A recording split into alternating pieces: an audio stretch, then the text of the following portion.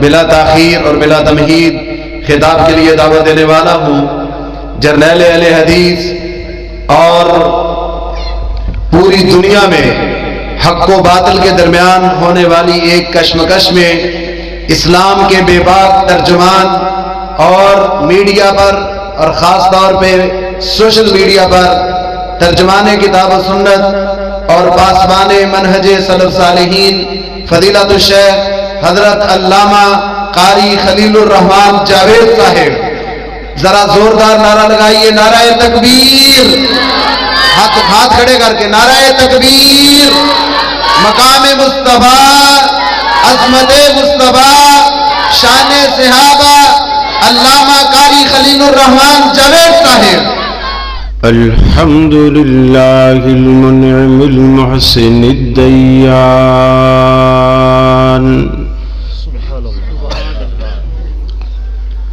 ذی الفضل والجود والإحسان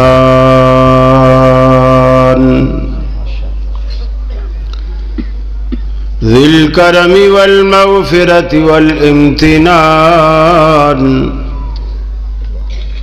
والصلاة والسلام على سيد الأنبياء خير الأنام وعلى آله وأصحابه وأزواجه العظام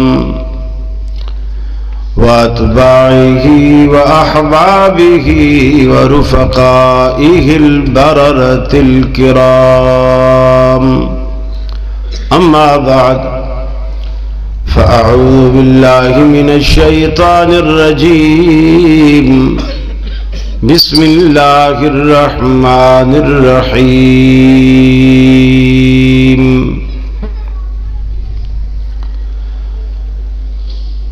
وَإِذْ أَخَذَ اللَّهُ مِيثَاقَ النَّبِيِّينَ لَمَا آتَيْتُكُم مِّن كِتَابٍ وَحِكْمَةٍ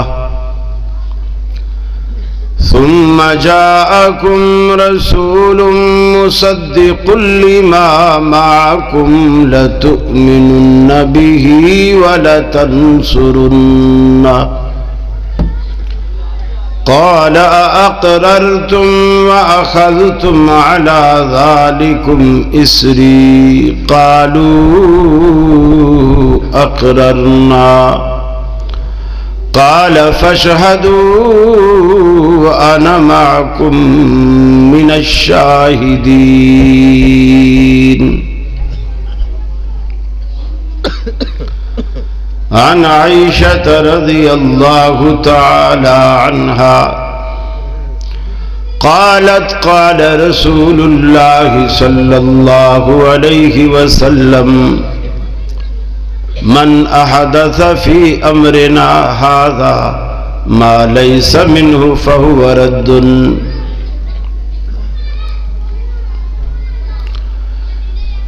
یہ مقصد ہے کہ دنیا سے جہالت دور ہو جائے،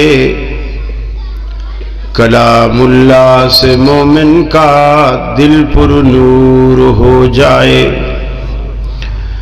یا الہی جب تک کہ میرے جسم میں جان رہے، تجھ پہ صدقے تیرے محبوب پہ قربان رہے۔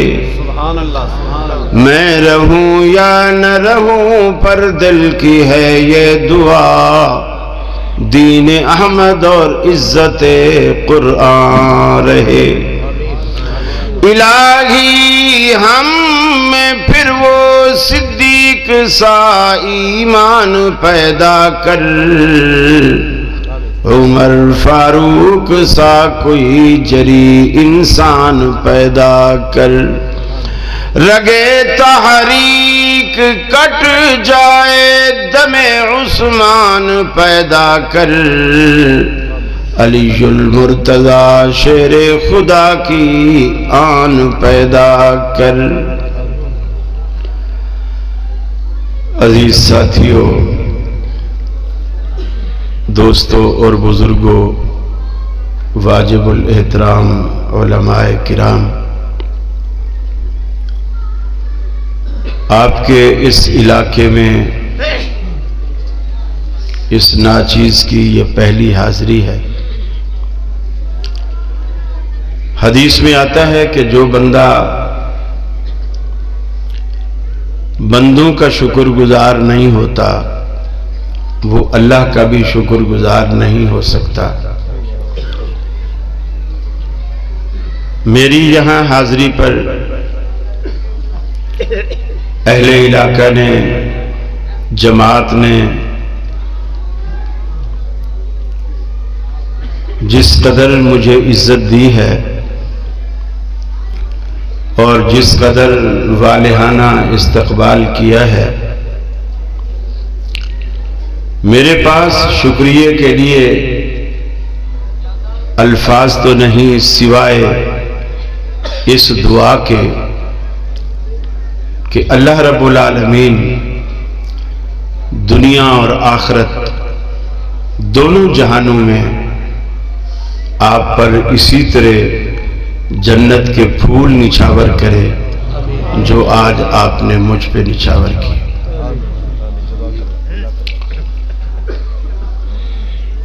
دنیا میں اصل کام ہی یہی ہے، کسی کو عزت دو اور عزت لو، اور اس وقت اس کام کی بہت ضرورت ہے۔ اس سے محبت بھی بڑھتی ہے، ایک دوسرے کا احترام کرنا سیکھو، چھوٹے اور بڑے کا احترام کرنا سیکھو۔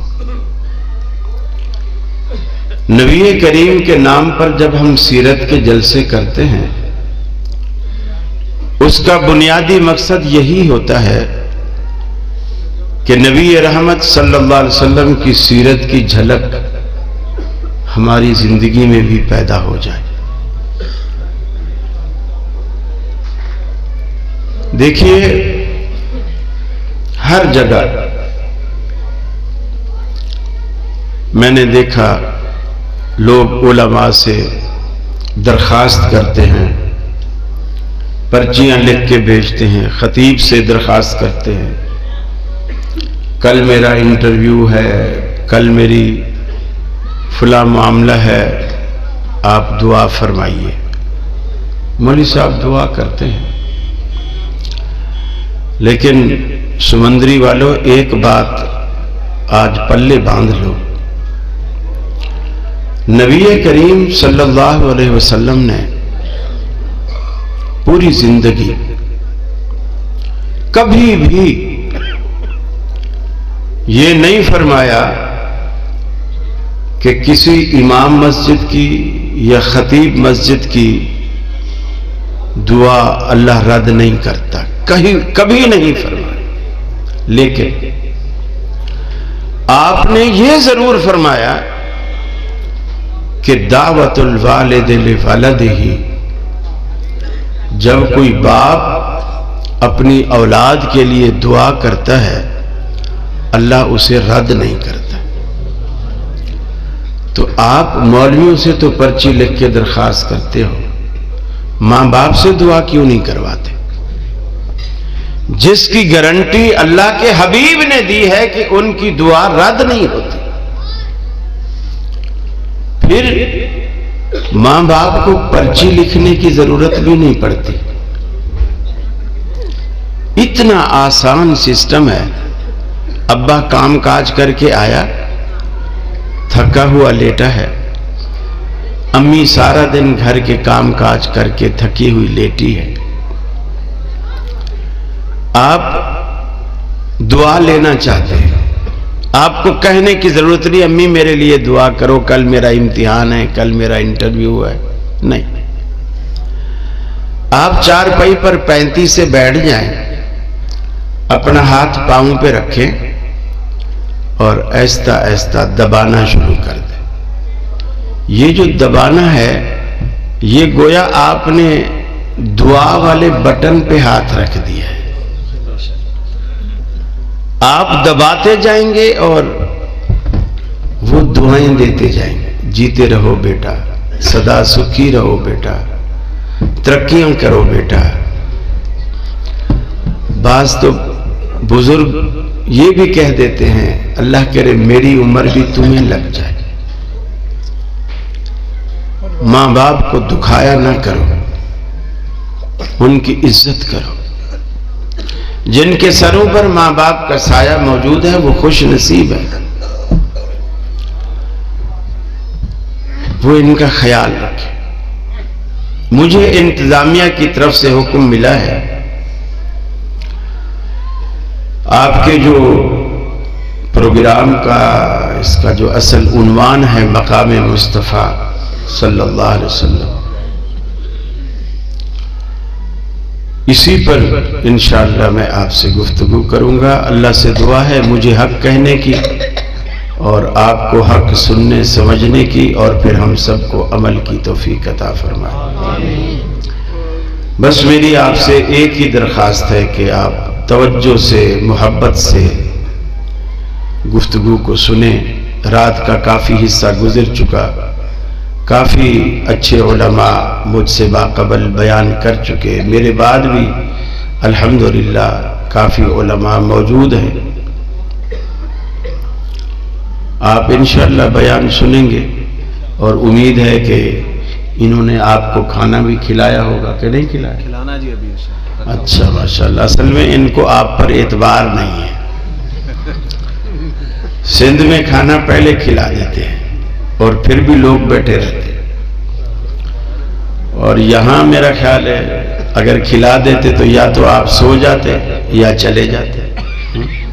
آپ بھی اپنی عادت بدل لیں تو انشاءاللہ انتظامیہ بھی اپنی عادت بدل لے گی انشاءاللہ۔ ویسے بھی انتظار اچھا ہے کھانے کا۔ میں اکثر ایک بات سنایا کرتا ہوں کہ ایک نا بس میں ایک خاتون آ کے بیٹھی، اس کے ساتھ اس کا بچہ بھی تھا، اور برابر سیٹ میں ایک مولوی صاحب آ کے بیٹھے۔ سفر لمبا تھا، تو تھوڑی دیر بعد عورت نے اپنے پرس میں سے ایک ڈبہ نکالا، اس کو کھولا، بچے سے کہا کہ یہ دیسی گھی میں حلوہ بنا کے لائی ہوں، کھا لو۔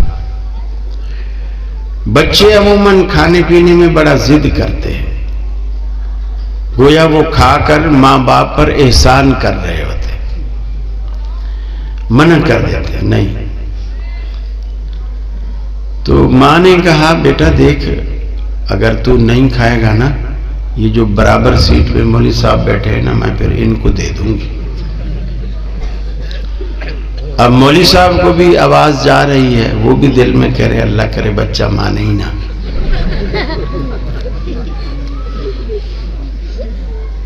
جب سفر تھوڑا اور گزر گیا اور ماں نے پھر ٹفن نکالا اور بچے کو اسی طرح کہا، بچے نے پھر انکار کیا اور وہ پرس میں رکھنے لگی، تو اب مولوی صاحب بولے بہن جی جو بھی فیصلہ کرنا ہے جلدی سے کر لو، میں تمہارے حلوے کے چکر میں اپنے گھر سے بھی 2 سٹاپ آگے آ گیا۔ تو جب مولوی حلوے کے چکر میں گھر سے 2 سٹاپ آگے جا سکتا ہے تو گھنٹہ پونا گھنٹہ تو آپ بھی پلاؤ کے چکر میں ہمیں دے ہی سکتے ہیں نا انشاءاللہ۔ اللہ تعالیٰ آپ کو خوش رکھے، اسی طرح ہنستا بستا رکھے، ہمیشہ آپ کی زندگی کو اللہ رب العالمین خوشیوں سے بھر دے۔ دیکھیے ایک وہ ہستی ہوتی ہے جس کو لوگوں نے چنا ہوتا ہے، جیسے کوئی الیکشن سے آگے آتا ہے، عہدہ لے لیتا ہے، لوگ اسے سلیکٹ کرتے ہیں، اور ایک وہ ہستی ہے جسے اللہ نے چنا ہے۔ ظاہر بات ہے دونوں کے رتبے میں بڑا فرق ہے۔ دنیا میں جتنے امام، جتنے پیر، جتنے فقیر اور جتنے منصب والے دنیا میں موجود ہیں،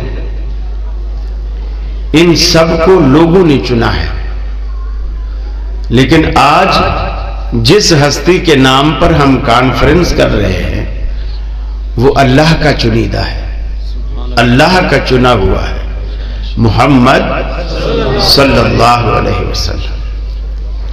اور اللہ کا انتخاب کبھی غلط نہیں ہوتا۔ ہم تو ووٹ دینے کے بعد پھر پچھتاتے بھی ہیں نا، جب ووٹ دے بیٹھتے ہیں، پہلے انہوں نے ووٹ لینے والوں نے جو ہمیں خواب دکھائے ہوتے ہیں کہ یار یہ ہمارا گھر بھی ٹوٹا ہوا ہے، یہ تو کہہ رہا ہے نیا گھر بنا کے دوں گا، ہم ووٹ دے دیتے ہیں، پھر پتہ چلا کہ وہ جو ہمارا پہلا پرانا تھا وہ بھی توڑوا دیا۔ آدمی پریشان ہوتا ہے، پھر آدمی پچھتاتا ہے کہ یار میں نے بس اب آئندہ نہیں دوں گا۔ لیکن اللہ جو ووٹ دیتا ہے جس بھی بندے کو، اس میں آپ کو پچھتاوا نہیں ہوتا۔ وہ انتخاب ایک دم ایسا صحیح، سیدھا، سچا اور کھرا ہوتا ہے۔ اور رسول اکرم کو اللہ تعالیٰ نے وہ امتیاز بخشے کہ کائنات میں کسی پیغمبر کو وہ مقام اور وہ رتبہ اللہ نے عطا نہیں کیا جو آپ کے پیغمبر کو اللہ رب العالمین نے عطا کیا، ہر اعتبار سے۔ جتنے بھی دنیا میں انبیاء آئے نا، ان کی سیرت کے تذکرے جو اللہ نے کیے وہ ان کی پیدائش سے شروع کیے، پیدائش سے۔ لیکن رسول اکرم کی جب باری آئی تو آپ کی پیدائش سے آپ کا ذکر شروع نہیں کیا، چنانچہ موسیٰ علیہ السلام کا ذکر اللہ نے قرآن میں کیا۔ فرمایا وَأَوْحَيْنَا إِلَىٰ أُمِّ مُوسَىٰ أَنْ أَرْضِعِيهِ فَإِذَا خِفْتِ عَلَيْهِ فَأَلْقِيهِ فِي الْيَمِّ۔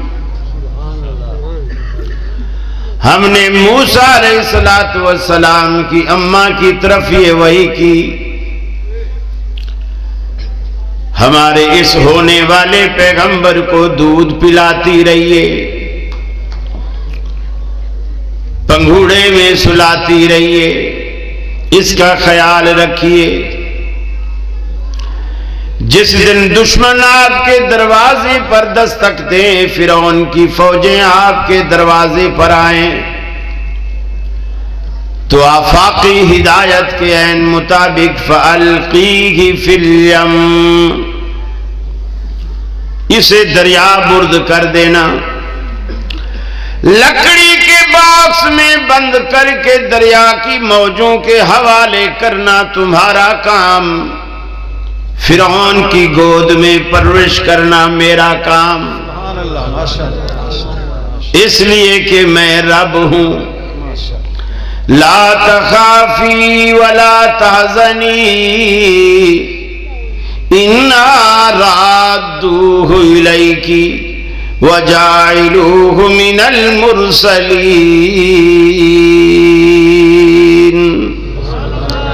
فرمایا گھبرائیے نہیں، خوف نہ کیجیے، غم نہ کیجیے۔ موسیٰ علیہ السلام کی ماں نے عرض کی، اللہ کے اے اللہ الہ العالمین، میں اس بچے کی ماں ہوں، دریا بدھ کر تو دوں، کل کو میری مامتا تڑپے گی، میں بچے کو ملنے کو میرا جی چاہے گا، میں سینے سے لگانا چاہوں گی، کیسے لگاؤں؟ فرمایا اِنَّا رَادُّوهُ إِلَيْكَ، گھبرانے کی ضرورت نہیں، مصلی پہ کھڑے ہو کر اللہ اکبر کہنا تیرا کام، تیری گود میں دودھ پلانا میرا کام۔ رب رکھے تو کون چکھے۔ موسیٰ علیہ السلام دریا میں بہتے بہتے فرعون کے گھر پہنچ گئے۔ جس بچے کی خاطر بنی اسرائیل کے 99,000 بچے قتل کرائے، وہ بچہ آج فرعون کے گھر میں ہے، شاہی خرچ پہ پل رہا ہے، فوج حفاظت کر رہی ہے۔ اللہ نے ذرا سا بھی خیال نہیں جانے دیا کہ کہیں یہ وہی بچہ تو نہیں۔ دماغ بھی رب العالمین نے معاف کر دیے، سمجھ نہیں پا رہے کہ جس بچے کی خاطر میں نے یہ سب کچھ کرایا، اور پھر اللہ کا بڑا عظیم نظام ہے۔ یہ جو بڑے لوگ ہوا کرتے ہیں، اپنی جوروں کے، اپنی بیوی کے بڑے غلام ہوا کرتے ہیں، ہر جگہ بولیں گے، لیکن بیگم کے سامنے نہیں بول سکتے، بھلے بیگم پیرنی ہو یا نہ ہو، اس کے سامنے بول نہیں سکتے۔ آپ میں بھی اگر کوئی بڑے بیٹھے ہوں تو آپ ان سے پوچھ سکتے ہیں، انشاءاللہ میری بات کی تصدیق کریں گے۔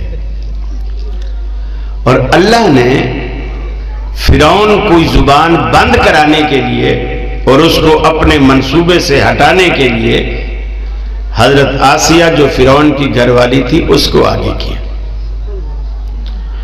اور جب آسیہ نے کہا کہ نہیں ہم اسے بیٹا بنائیں گے، فرعون آگے ایک لفظ بھی نہیں کہہ سکا، ایک لفظ بھی نہیں کہہ سکا۔ تو موسیٰ علیہ السلام کی ولادت کا اللہ نے تذکرہ کیا تو موسیٰ علیہ السلام کی پیدائش سے کیا۔ عیسیٰ علیہ السلام کی ولادت کا تذکرہ کیا اللہ نے، ان کی پیدائش سے کیا۔ فرمایا وَاذْكُرْ فِي الْكِتَابِ مریم، محبوبم کبھی کبھی قرآن کے آئینہ میں مریم علیہ السلام کے حسن و جمال کی جھلک بھی دیکھ لیا کیجئے۔ وَاذْكُرْ فِي الْكِتَابِ مریم اِذِ انتبذت من اہلہا مکانا شرقیا، جب اللہ رب العالمین کے حکم سے اپنے گھر والوں سے علیحدہ ایک اکیلے مکان میں شرقی جانب چلی گئیں، فَاتَّخَذَتْ مِن دُونِهِمْ حِجَابًا فَأَرْسَلْنَا إِلَيْهَا رُوحَنَا فَتَمَثَّلَ لَهَا بَشَرًا سَوِيًّا، گھر والوں سے الگ ہو کر حجاب میں آ گئی، پردے میں آ گئی، ویرانے میں آ گئی۔ ہم نے حضرت جبریل علیہ السلام کو بالکل انسانی شکل میں ایک نوجوان لڑکے کی صورت میں مریم علیہ السلام کے سامنے کھڑا کر دیا۔ نوجوان مریم ہے، نوجوان فرشتہ ہے جو انسانی روپ دھارے ہوئے ہے، خلوت ہے، علیحدگی ہے، لیکن شرم و حیا والی مریم کیا جواب دیتی ہیں؟ فرشتے کو دیکھتے ہی پریشان ہو جاتی ہیں، مسرور ہونے کے بجائے بے قرار ہو جاتی ہیں، فرماتی ہیں اے فرشتے مجھ سے دور ہو جا، تیرے دل میں اگر رائی کے دانے کے برابر بھی اگر شرم و حیا ہے، مجھ سے دور ہو جا، میں شرم و حیا والی ہوں، میں پاک دامن ہوں، میں گناہگار نہیں ہوں، مجھ سے دور ہو جا۔ جب فرشتے نے دیکھا کہ یہ مجھ سے گھبرا رہی ہے، فوراً اپنے بارے میں وضاحت کر کے فرمایا مریم گھبرائیے نہیں، میں انسان نہیں، انا رسول ربک لِأَهْبَ لَكِ غُلَامًا زَكِيًّا، میں اللہ رب العالمین کی طرف سے بھیجا ہوا فرشتہ ہوں، تیرے پاس اس لیے آیا ہوں تاکہ میں پاکیزہ بیٹے کی تمہیں بشارت دوں۔ پاک دامن مریم علیہ السلام کے لیے جملہ بجلی بن کر ان پہ گرا۔ یہ تو پہلے سے بھی زیادہ سخت جملہ تھا، میں کنواری ہوں، میری شادی نہیں ہوئی، مجھے آج تک لم یمسسنی بشر ولم اک بغیا، آج تک مجھے کسی انسان نے چھوا تک نہیں ہے، کسی انسان نے مجھے ہاتھ بھی نہیں لگایا، اور میں باغی اور بے حیا بھی نہیں ہوں، پھر مجھے بچہ کیسے ہوگا؟ حضرت جبریل نے کہا مریم یہ تو میں بھی نہیں جانتا کیسے ہوگا، لیکن قال کذالک قال ربک هو علی ہین ولنجعلہ آیہ، یہ بات پروردگار عالم نے کہی ہے، کسی مجاور نے تو نہیں کہی نا، اللہ نے کہی ہے، اور اللہ کی ہر بات کھری، ہر بات کھری۔ ہاں اگر کسی مجاور نے کہی ہوتی تو سوچا جا سکتا تھا وہ کیسے دے گا، مجاور کے ہاتھ میں تو یہ قدرتیں نہیں ہے، کسی کو بیٹا نواز دے، کسی کو بیٹی نواز دے۔ اے مریم گھبرائیے نہیں، اللہ نے دینا ہے۔ مریم علیہ السلام بھی اور زیادہ پریشان ہو کہ میں نے آخر قوم میں واپس جانا ہے، قوم کو کیا منہ دکھاؤں گی، یہ بچہ گود میں لے کر قوم کے پاس کیسے جاؤں گی؟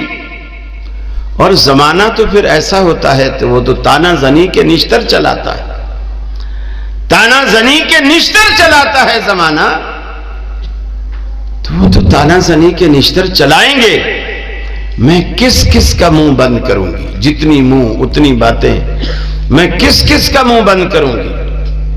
اور پھر یہاں جنگل میں رہنا ہے، یہاں پانی نہیں ہے، یہاں کھانے کی کوئی چیز نہیں ہے، میں یہاں کیسے زندگی گزاروں گی؟ اللہ رب العالمین نے فرمایا مریم گھبرائیے نہیں، یہ جو سامنے کھجور کی سوکھی ٹہنی نظر آ رہی ہے، ہزی الیک بجذع النخلہ تساقط علیک رطبا جنیا، یہ جو سوکھی ٹہنی تمہیں نظر آ رہی ہے اس کو پکڑ کے ذرا ہلائیے تو صحیح، اس سوکھی ٹہنی کو ہلا دینا تیرا کام، سوکھی ٹہنی سے تازہ کھجوریں پیش کرنا میرا کام، یہ آپ کے کھانے کا بھی انتظام ہو گیا، اور رہا پینے کا معاملہ تحتا کی سریا، جس وادی میں آپ موجود ہو اس کے نیچے آپ ذرا دیکھو تو صحیح، ہم نے ٹھنڈے اور میٹھے پانی کے چشمے کا انتظام کر دیا۔ اب اللہ رب العالمین نے فرمایا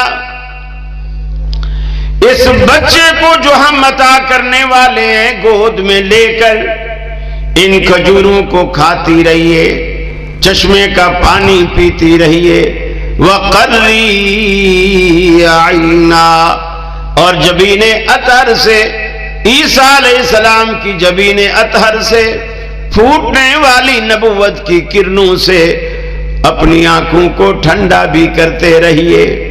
رہا معاملہ قوم کا، جب قوم کے پاس جاؤ قوم سوال کرے گی بچہ کہاں سے لائی ہو، ان کو کچھ بھی جواب نہ دینا، بالکل اپنے بچے کی طرف اشارہ کر کے کہنا کہ اس سے پوچھو کہاں سے آیا، کیسے آیا، کس نے بھیجا۔ چنانچہ جب قوم کے پاس گئی، قوم نے تانا زنی کے نشتر چلائے، اور تانا زنی کے نشتر چلا کر کے کہا یا اخت ہارون، اے ہارون جیسے بے داغ بھائی کی بہن، تو نے یہ کیا گل کھلایا؟ یا اخت ہارون ما کان ابوک امرأ سوء وما کانت امک بغیا، تیرا تو باپ بھی ایسا نہ تھا، تیری تو ماں بھی ایسی نہ تھی، تو نے کنواری ہو کر کے گود بسا لی، کیا گل کھلایا۔ خاندان کے لوگ نسبتیں یاد دلواتے ہیں نا کہ تو فلاں کا بیٹا، فلاں کا بھائی ہو کر تو یہ کام کرتا ہے۔ مریم علیہ السلام کو اسی طرح تانا زنی کے نشتر چلائے گئے، خاندانی نسبتیں یاد دلائی گئی۔ چنانچہ مریم علیہ السلام نے آفاقی ہدایت کے عین مطابق کچھ نہیں بولا، بچے کی طرف اشارہ کیا۔ فاشارت الیہ قالوا کیف نکلم من کان فی المہد صبیا۔ ساری کی ساری قوم سراپا احتجاج بن کر کہنے لگی، مریم کیا تو ہمیں بے وقوف سمجھتی ہے؟ آپ کہتی ہو کہ اس بچے سے پوچھو، وہ بچہ جو ابھی دودھ پیتا ہے، من کان فی المہد صبیا، جو ابھی پنگھوڑے میں لیٹا ہے، گود میں لیٹا ہے، وہ بچہ ہمارے اتنے سنجیدہ سوالوں کے جواب کیسے دے گا؟ کیا تو ہمیں بے وقوف بناتی ہے؟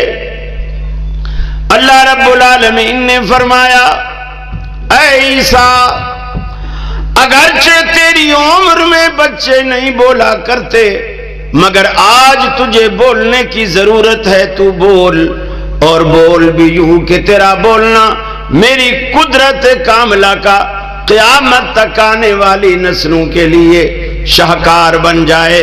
چنانچہ عیسیٰ علیہ السلام بولے، فرمایا قال انی عبد اللہ۔ اے دنیا والو، میں مشکوک النسل نہیں، میں عبدیت کاملہ کا تاریخی نشان ہوں۔ انی عبد اللہ، میں تو اللہ کا بندہ ہوں۔ آتانی الکتاب وجعلنی نبیا وجعلنی مبارکا اینما کنت واوصانی بالصلاۃ والزکاۃ ما دمت حیا۔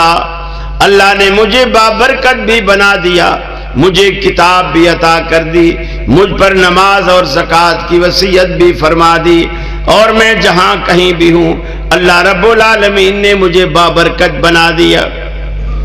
عیسیٰ علیہ السلام کا بھی اللہ نے تذکرہ کیا تو ان کی ولادت سے کیا۔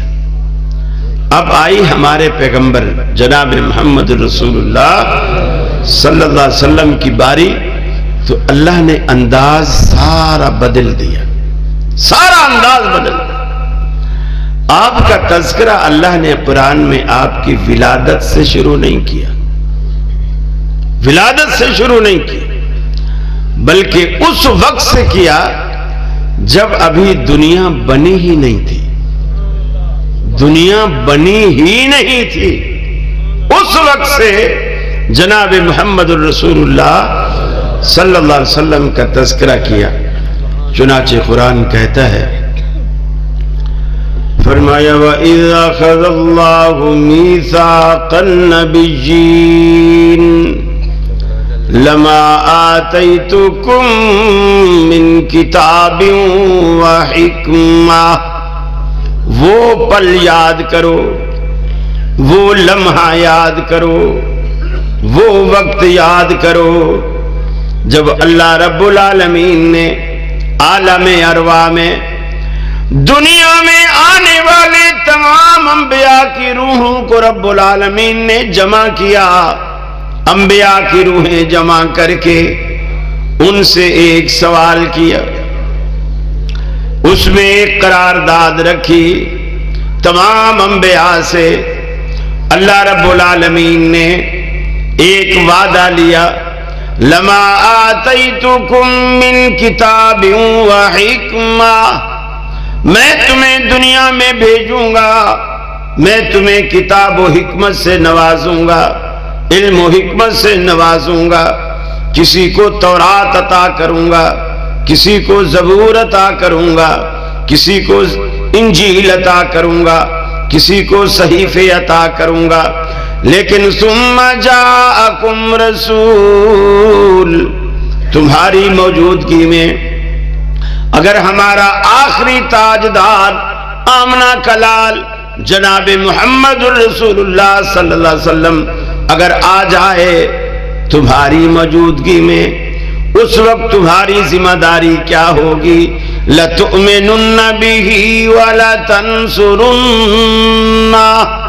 تم ضرور بضرور اس کے ساتھ ایمان بھی لاؤ گے، اس کی نصرت و تائید بھی کرو گے۔ کب؟ جب تمہاری نبوت چمک رہی ہوگی، تمہاری کتابیں آ چکی ہوں گی، پھر اگر تمہارے ہوتے ہوئے ہمارا آخری تاجدار آ جائے تو تم نے اپنی نبوت چھوڑ کے اس کی تائید کرنی ہے، اس کے ساتھ ایمان بھی لانا ہے، تائید بھی اس کی کرنی ہے، اور پھر اسی کا پرچار کرنا ہے۔ اب یہ کہنے کے بعد اللہ نے انبیاء سے کہا، فرمایا قال اقررتم، کیا تم نے میری یہ بات مان لی؟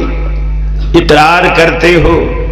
جیسے کسی کانفرنس میں اسٹیج سیکرٹری جو ہے وہ آپ سے سوال کرتا ہے، یہ قرارداد ہے کہ آپ منظور کرتے ہو؟ ہاتھ اٹھا کے جی بتاؤ کہ جی، پھر آپ ہاتھ اٹھا کے کہتے ہیں جی ہم تائید کرتے ہیں۔ اللہ تعالیٰ نے سوال کیا، اقررتم، کیا تم نے میری یہ قرارداد منظور کر لی؟ قالوا اقررنا، سارے انبیاء نے یک زباں ہو کر کے کہا الہ العالمین، ہم نے دل و جان سے مان لی۔ اللہ رب العالمین نے فرمایا فاشہدوا وَأَنَا مَعَكُمْ مِنَ الشَّاهِدِينَ، تم بھی گواہ بن جاؤ، میں بھی تمہارے ساتھ گواہ بن جاتا ہوں۔ گویا دنیا کے وجود میں آنے سے پہلے اللہ رب العالمین نے یہ بات طے کر دی، اور اللہ نے خود کو بھی گواہ بنا لیا کہ انبیاء کے ساتھ میں بھی اس بات پر گواہ ہوں کہ یہ بات عالم ارواح میں طے پا گئی کہ جب آمنہ کا لال آئے گا پھر کسی کا سکہ نہیں چلے گا سوائے اس کے سکے کے۔ یہ بات پہلے سے طے ہے، پھر کسی کا کوئی سکہ نہیں چلے گا سوائے اس کے سکے کے۔ دیکھیے آسان سی بات ہے میرے بھائی، سمجھنے کی بات ہے، توجہ چاہیے آپ کی۔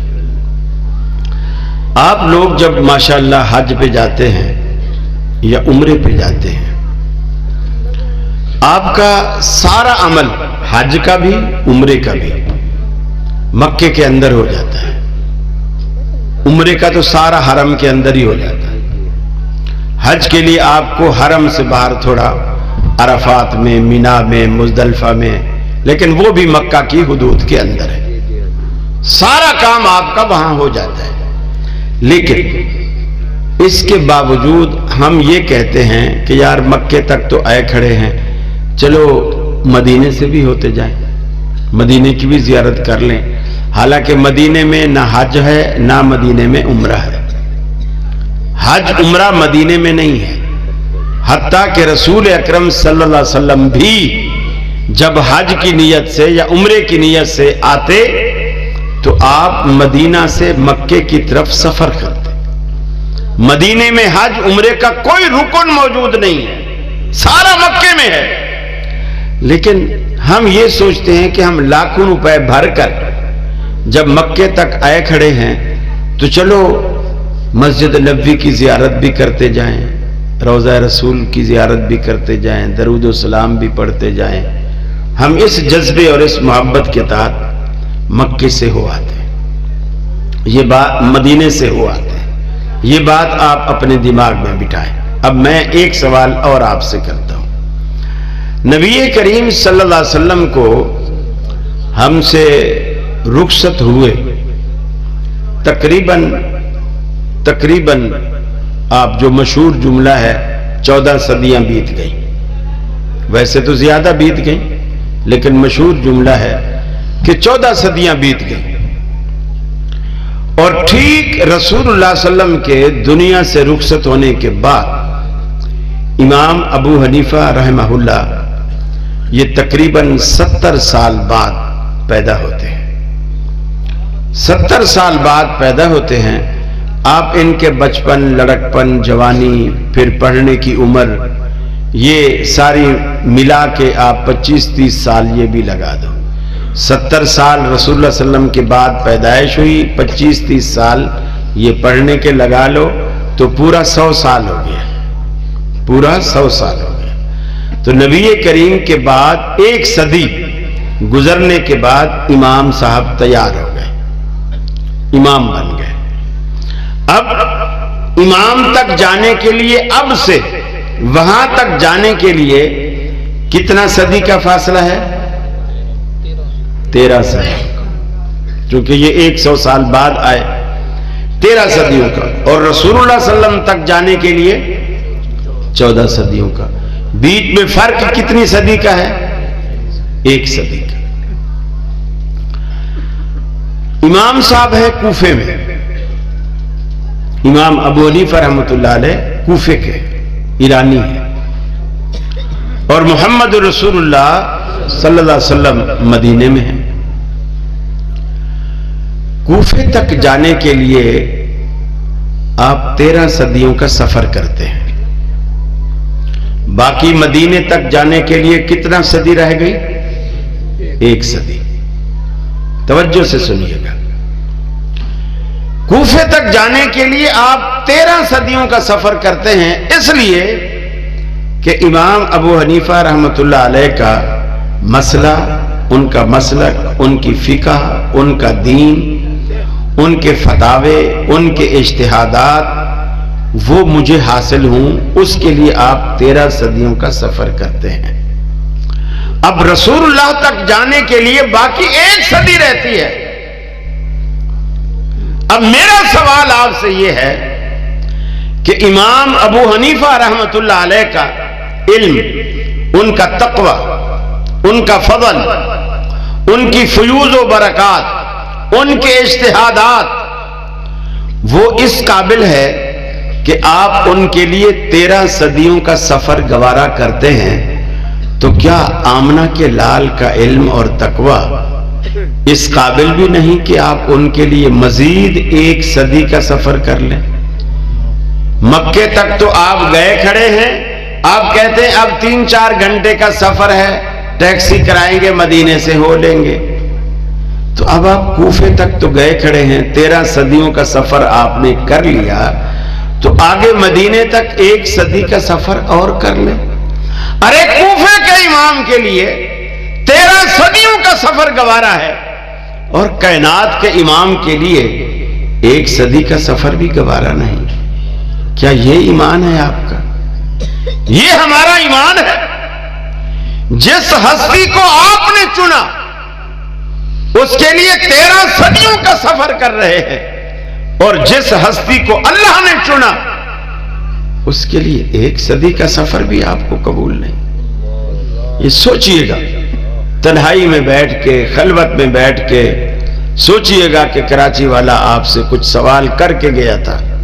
اپنے مولویوں سے بھی پوچھئے گا، وہ بھی بتائیں گے آپ کو. آپ سوچئے گا انشاءاللہ. دیکھیے، جب دین پیچھے والوں سے لینا ہے تو آخر تک آپ کیوں نہیں جا رہے؟ آخر تک کیوں نہیں جا رہے؟ اب لوگ آپ کو دھوکہ دیں گے اور کہیں گے کہ بھی دیکھو، یہ جو آج کل کے 14ویں صدی کے جو مولوی ہیں، امام ابو حنیفہ رحمۃ اللہ علیہ ان سے بہتر تھے کہ نہیں تھے؟ ہر کوئی بولے گا بہتر تھے. مجھ سے بھی کوئی پوچھے گا کہ تم سے امام صاحب بہتر تھے یا نہیں تھے، میں بھی بولوں گا مجھ سے بہتر تھے. ہر کوئی بولے گا بہتر تھے. تو پھر ہم آپ کی کیوں مانیں، ہم ان کی کیوں نہ مانیں؟ میں کہتا ہوں تو نے سوال ہی غلط کیا ہے. میرا تو امام صاحب سے کوئی مقابلہ ہی نہیں ہے. میں تو ان کے پاؤں کی خاک کے برابر بھی نہیں ہوں. میرا تو کوئی مقابلہ نہیں ہے. آپ 14ویں صدی کو پہلی صدی سے ملا رہے ہو. سوال اصل یہ ہے، محمد الرسول اللہ صلی اللہ علیہ وسلم کا زمانہ، آپ کی ذات وہ بہتر ہے یا 100 سال بعد امام صاحب کا زمانہ؟ اب میں آپ سے سوال کرتا ہوں، نبی پاک کا زمانہ بہتر ہے؟ اور آپ نے خود فرمایا، خیر القرون قرنی، سب سے بہترین زمانہ میرا زمانہ۔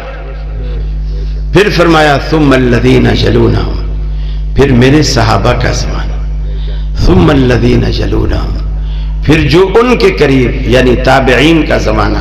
گویا سب سے بہتری میرے زمانے میں ہے۔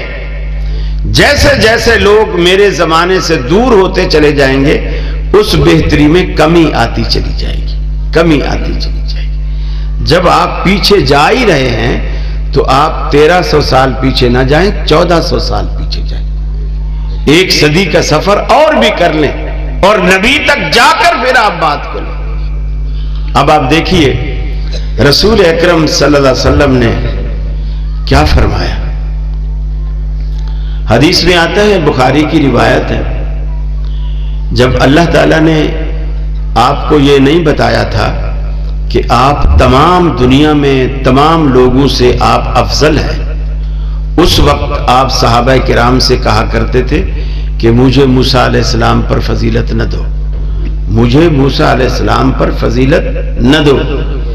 پھر آپ فرماتے تھے کہ جب قیامت کا دن ہوگا، دوسری دفعہ سور پھونکا جائے گا، پہلی دفعہ پھونکا جائے گا تو دنیا ختم ہو جائے گی، جب دوسری دفعہ پھونکا جائے گا تو دنیا پھر سے آباد ہوگی۔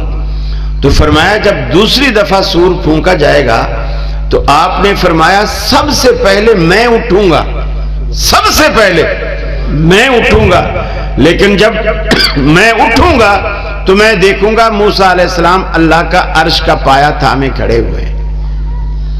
تو آپ نے فرمایا مجھے موسیٰ پر فضیلت نہ دو، لیکن جب اللہ نے آپ کو بتا دیا کہ آپ تمام دنیا میں تمام لوگوں سے افضل ہیں تو آپ نے پھر اعلان فرمایا انا سید ولد آدم ولا فخر، میں تمام آدمیت کا سردار ہوں، اور یہ بات میں فخر کے طور پر نہیں، اظہار حقیقت کے طور پر کہہ رہا ہوں کہ انا سید ولد آدم، اللہ نے مجھے تمام انسانیت کا سردار بنایا۔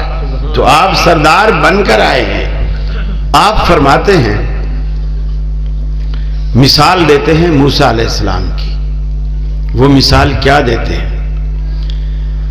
فرمایا لو بدا لکم موسیٰ فاتبعتموہ وترکتمونی، اگر موسیٰ علیہ السلام تم میں دوبارہ آ جائیں، لو بدا لکم موسیٰ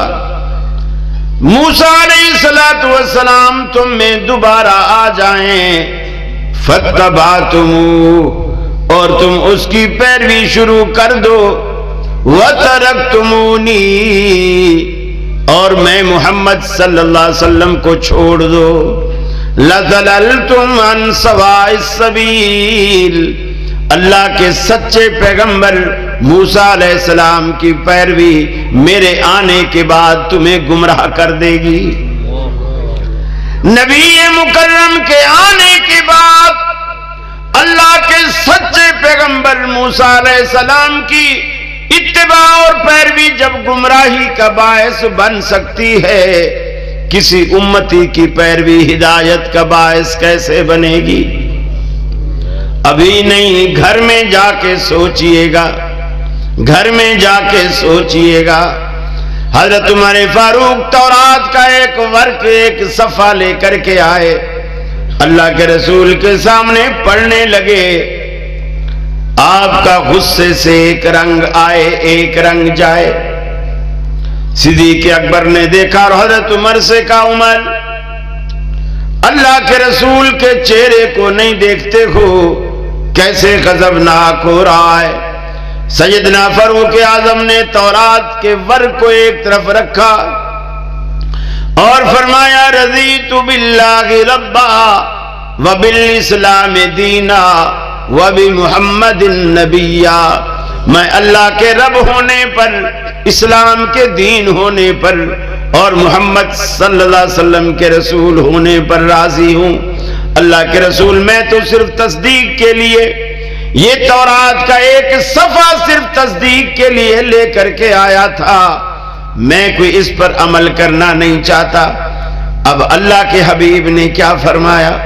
عمر، تو تورات کا ایک صفحہ لے کر کے آیا ہے، لو کان موسیٰ حیًّا، خود وہ پیغمبر جس پر اللہ نے یہ پوری کی پوری تورات نازل کی، صاحب تورات پیغمبر موسیٰ علیہ السلام، لو کان موسیٰ حیًّا، اگر موسیٰ علیہ السلام آج زندہ ہوتے، ما وسعہ الا اتباعی، اور وہ آج جنت میں جانا چاہتے میرے آنے کے بعد، آج موسیٰ علیہ السلام زندہ ہوتے اور وہ جنت میں جانا چاہتے، ما وسعہ الا اتباعی، انہیں بھی جنت میں جانے کے لیے میری سنت کے در کے سوا کوئی در نظر نہ آتا۔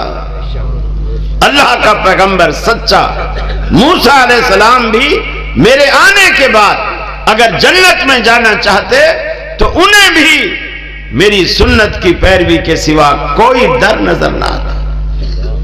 رسول اللہ صلی اللہ علیہ وسلم کو اللہ نے بڑا امتیاز دیا، بڑا امتیاز ہر اعتبار سے۔ آپ نے فرمایا دشمن مجھ سے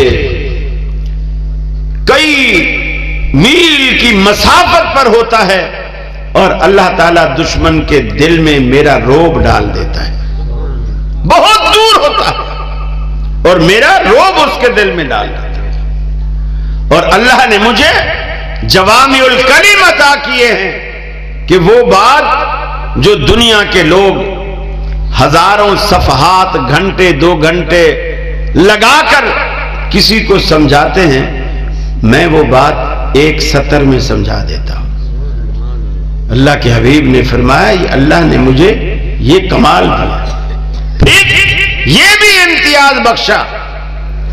نماز پڑھنے کے لیے آپ یہ بہانہ نہیں بنا سکتے کہ ہمارے علاقے میں مسجد نہیں، ہمارے علاقے میں مسجد نہیں، یا میں جہاں سفر میں گیا اس جگہ مسجد نہیں تھی اس لیے میں نے نماز نہیں پڑھی، یہ بات نہیں، بلکہ اللہ کے حبیب نے فرمایا جعلت لی الارض مسجدا وطہورا، اللہ رب العالمین نے مجھے یہ امتیاز بخشا ہے کہ پوری کی پوری زمین کو اللہ نے میرے لیے مسجد اور پاک بنا دیا۔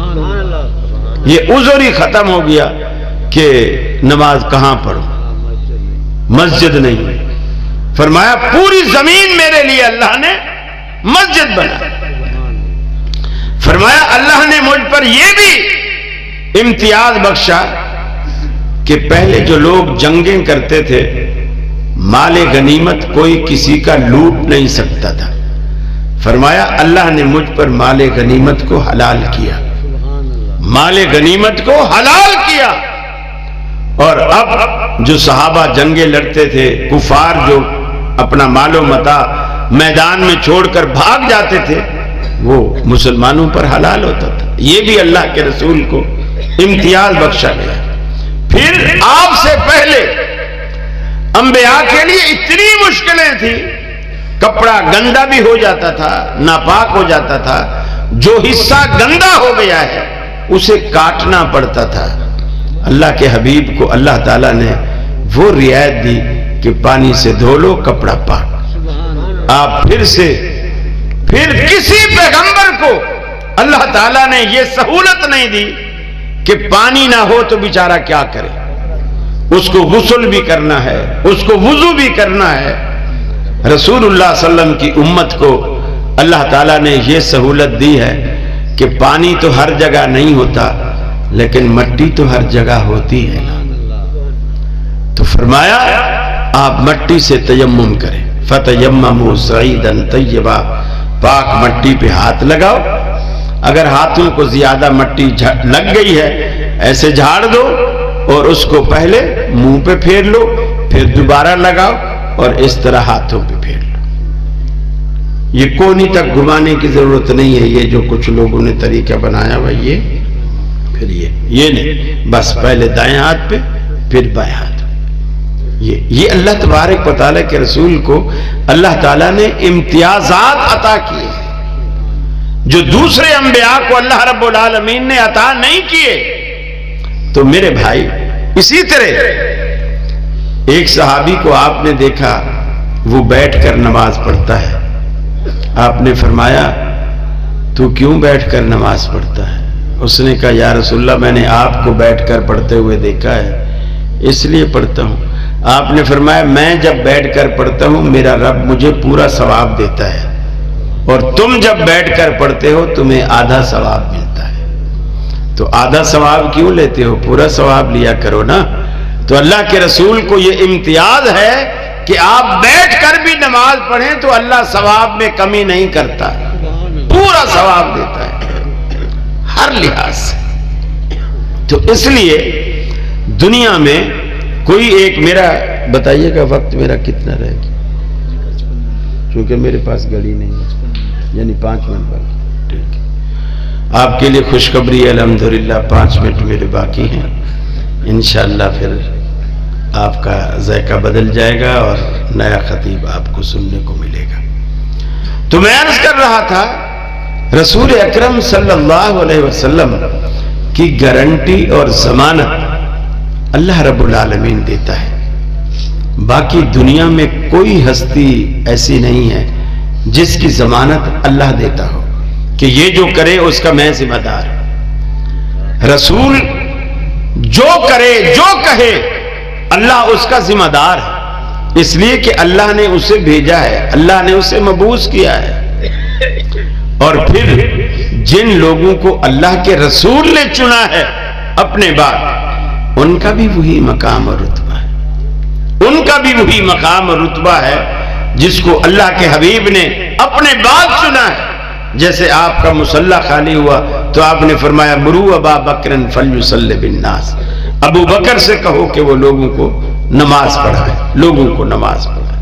میرے بھائی یہ جو نبی کریم کی ذات اقدس ہے، یہ 5 منٹ میں میں آپ کو آخری ایک حدیث سنا کر بات کو ختم کروں گا.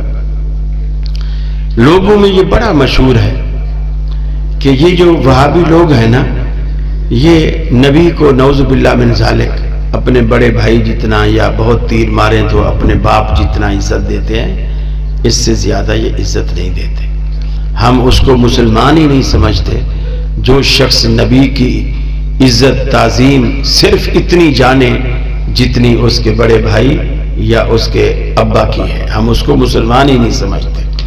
سنن دارمی کی روایت، نبی کریم صلی اللہ علیہ وسلم فرماتے ہیں میں لیٹا ہوا تھا اور اللہ تعالیٰ نے 2 فرشتے بھیجے. میں لیٹا ہوا تھا، اللہ نے 2 فرشتے بھیجے. آسمان سے جب فرشتے آئے تو آسمان اور زمین کے درمیان ایک فرشتہ آ کے معلق ہو گیا، یعنی لٹک گیا، رک گیا، اور ایک فرشتہ نیچے میرے پاس آ گیا. جو زمین اور آسمان کے درمیان لٹکا ہوا تھا اس فرشتے کے ہاتھ میں ترازو تھا.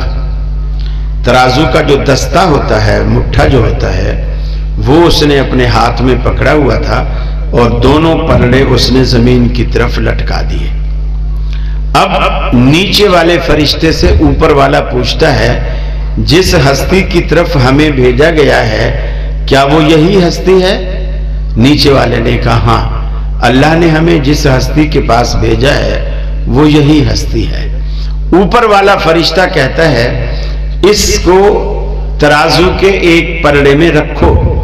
چنانچہ نیچے والے فرشتے نے، اللہ کے رسول فرماتے ہیں، مجھے اٹھایا اور ترازو کے ایک پلڑے میں رکھا اور دوسری طرف کسی اور کو رکھا، اور اس کا حدیثوں میں نام نہیں ہے کہ کس کو رکھا.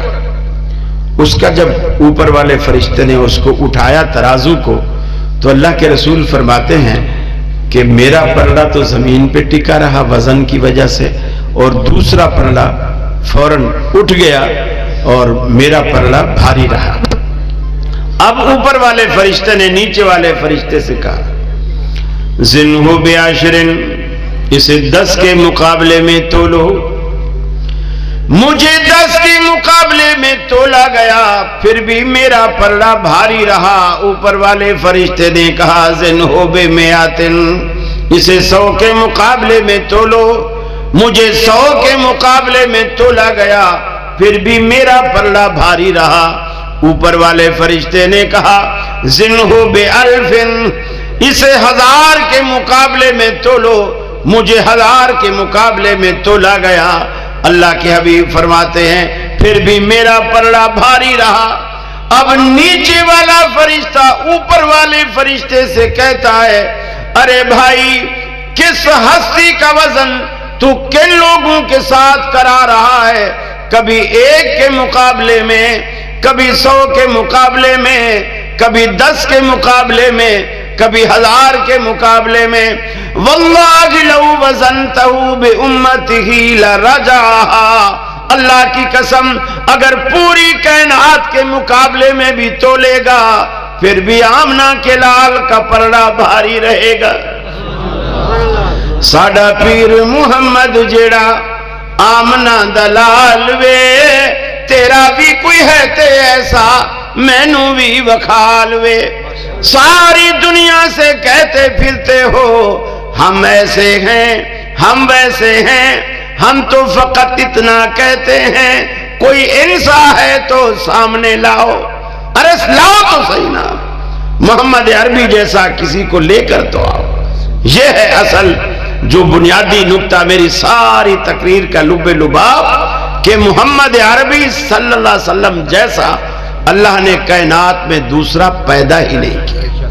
نہ شان کے اعتبار سے، نہ ذات کے اعتبار سے، نہ صفات کے اعتبار سے، نہ تقوی کے اعتبار سے، اور نہ علم کے اعتبار سے. کسی اعتبار سے نبی کا کوئی شخص مقابلہ نہیں کر سکتا. تو امام اور امتی جب ہمارے پیغمبر کا مقابلہ اللہ کے دوسرے سچے پیغمبر نہیں کر سکتے تو کوئی امتی کیسے مقابلہ کرے گا؟ آج رات یہاں سے چاول کھانے کے بعد سونے سے پہلے سوچئے گا ضرور. انشاءاللہ اللہ تعالیٰ آپ کو دل کے دروازے کھولے گا. جب دروازے کھولے گا انشاءاللہ آپ کو اللہ تعالیٰ ہدایت نصیب کرے گا، اور پھر انشاءاللہ آپ کی دنیا بھی سنورے گی، آپ کی آخرت بھی سنورے گی. اس لیے کہ محمد عربی کا در چھوڑ کر ہم کہیں کے نہیں رہتے، نہ دنیا میں اور نہ آخرت میں. عزت 3 لوگوں کی ہے، عزت 3 لوگوں کی ہے. وَلِلَّهِ الْعِزَّةُ وَلِرَسُولِهِ وَلِلْمُؤْمِنِينَ. ایک عزت اللہ کی ہے، ایک اس کے رسول کی ہے.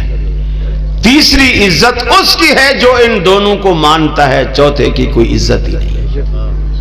وآخر دعوانا ان الحمد للہ رب العالمین. السلام